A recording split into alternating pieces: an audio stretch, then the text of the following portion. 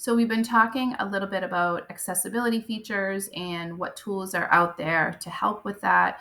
But I just wanted to point out a few just simple things right in Google Docs that will help students access their material and some accessibility features that exist that are just kind of embedded in Google Docs. Google has really worked over the years to make their interface more accessible to all. And in doing that, they have some tools right within their platform that allow students to do that. So the first thing I want to point out is in the tools menu, if you go down to accessibility, you can turn on screen reader support, braille support. So if your students are using third-party braille hardware, or they want to use collaborator announcements so they know when people enter and exit files.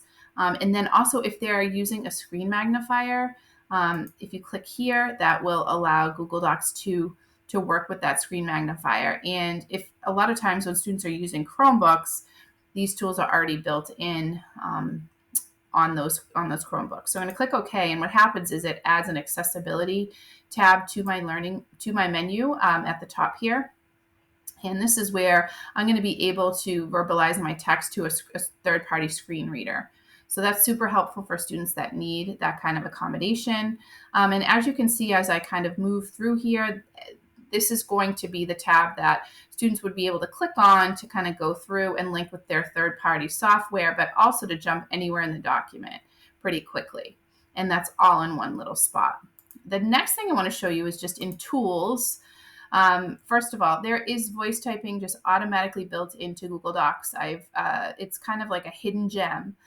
So if you didn't know that or your students didn't know that, make sure to point that out to them, because once they click here to voice typing, all they need to do is click to speak to record their information, and voila, and then they just click on the microphone and they're able to stop the recording. They can also click the down arrow here and they can select different languages and record in those languages as well. In order to get rid of that, they just X out here. And again, that was located in the tools menu. Just going back to old familiar spelling and grammar is now located in the toolbar, and they can click there just to kind of give us a spelling and grammar check of their document. But also, if you arrow over spelling and grammar, students can show spelling suggestions and also grammar suggestions as they work.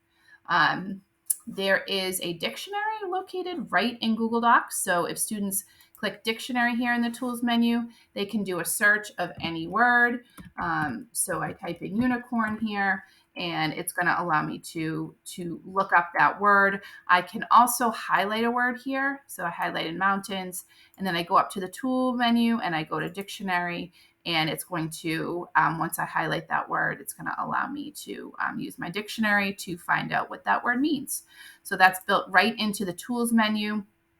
And then another thing I just wanted to point out too is that you can translate a document right in Google Docs. You don't have to go externally to Google Translate or use Google Translate. If you go to Translate Document, it's going to generate a new document. It's going to keep the original, and you can choose your language, the language that you wish to translate your document into. So that's in Tools, again, right in Google Docs. And then finally, Preferences, if I click on that, will allow me to kind of specify my general settings. So I can automatically capitalize words. I can use smart quotes.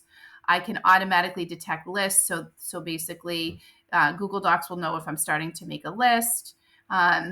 Automatically correct spelling, which is very helpful, and automatically detect links. So if I start typing in www, it's going to know that I'm going to type in a link. So these are all just general preferences located right in Google Docs. And I think as time goes on, Google will start to, listen to suggestions more and more, and they will, kind of listen to the people and continue to make their platform more accessible to all students.